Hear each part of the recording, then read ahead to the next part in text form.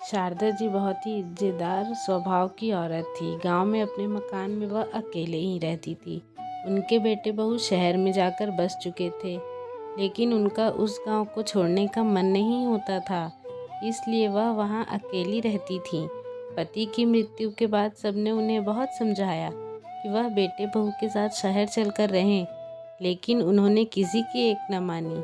गांव में इतने साल रहने के बाद एक अजीब सा रिश्ता जो बन गया था उस गांव से, वह रोज़ मंदिर जाती थी। रोज़ाना की तरह एक दिन वह मंदिर जाकर आ रही थी तो संतुलन बिगड़ने की वजह से वह गिर पड़ी। गांव वालों ने उन्हें उठाया, पानी पिलाया और समझाया कि अब इस उम्र में अकेले रहना ठीक नहीं है। शारदा जी के 3 बेटे थे और तीनों ही शहर में बसे हुए थे। उस रात शारदा जी पूरी रात करवटें बदलती रहीं और उन्हें भी अब गांव वालों की बातें समझ आ गई थी। उन्होंने परिस्थिति को स्वीकारते हुए यह फैसला लिया कि वह शहर चली जाएंगी और अपने बेटे बहू के साथ रहेंगी। उन्होंने बच्चों को फ़ोन करके मन बना ही लिया। शारदा जी की बड़ी बहू बहुत आज्ञाकारी थी, मंझली बहू मस्त मौला और तीसरी बहू स्वभाव से बहुत कड़वी थी। शारदा जी धार्मिक प्रकृति की थी और कभी भी कोई तीज त्योहार आता तो पहले से ही तीनों बहुओं को बता देती थी।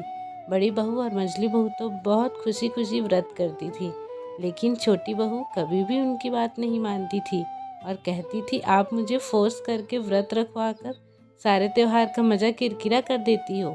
शारदा जी को वह एक आंख नहीं भाती थी और वह उसे हमेशा व्रत जप करने के लिए कहती रहती थी कि शायद इससे कुछ पाप धुल जाए।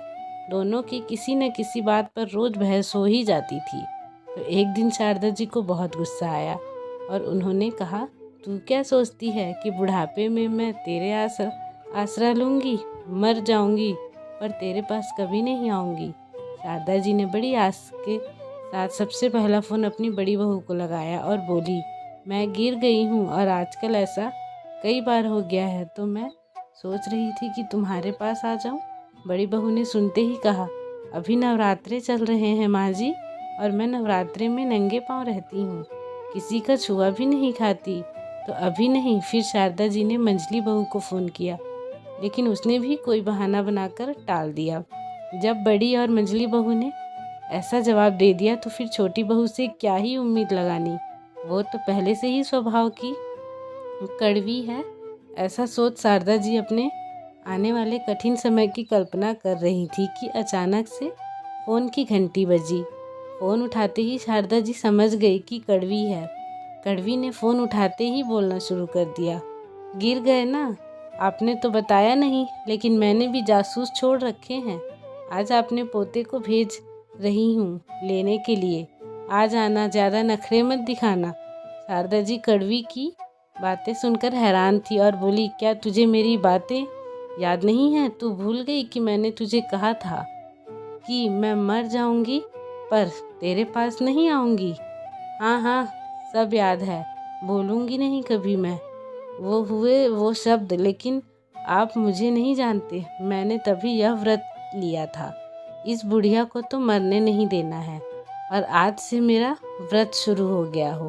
अगर हमारी कहानी आपको अच्छी लगी हो तो प्लीज़ हमारे चैनल को लाइक, शेयर और सब्सक्राइब कीजिए। ऐसी और भी मज़ेदार कहानियाँ ज़रूर लाते रहेंगे।